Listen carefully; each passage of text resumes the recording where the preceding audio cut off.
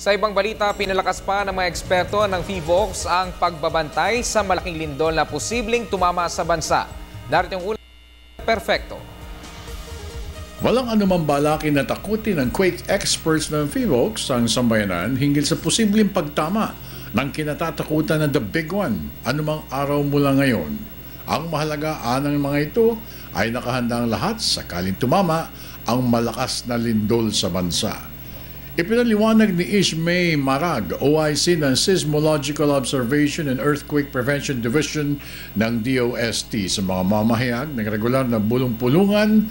Mahalaga aniya na maging laging handa sa anumang kahalintulad na pangyayari gaya ng tumama sa Kabisayaan itong nakaraang mga araw.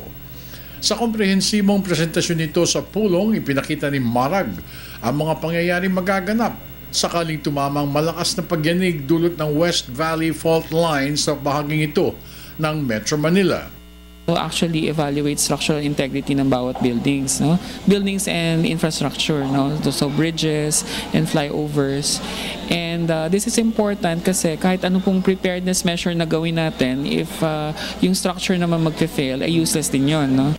Hindi lamang isang na nakalatag sa buong bansa dahil nandiyan pa rin aniya ang East Fault Line na nakalatag naman sa Rizal Provinces.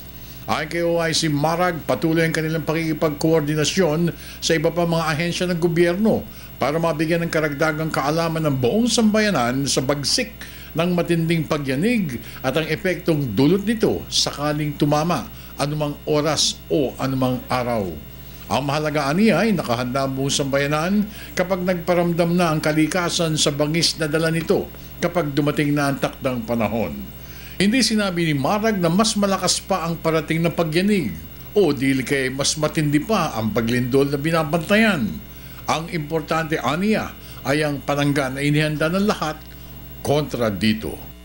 Talagang focus ng government, no? So it's best that handa yung mga tao what would happen. So basically there are a lot of structures na madadamage, magfe-fail yung mga utilities, and there might be aftershocks that would eventually aggravate yung failure ng structures, no? So it's best naiintindihan natin yung nangyari, ano. And given in light of what happened in Bohol, I think magandang lesson yan for everyone to prepare. Para sa Telebisyon ng Bayan, ako naman si Noel Perfecto.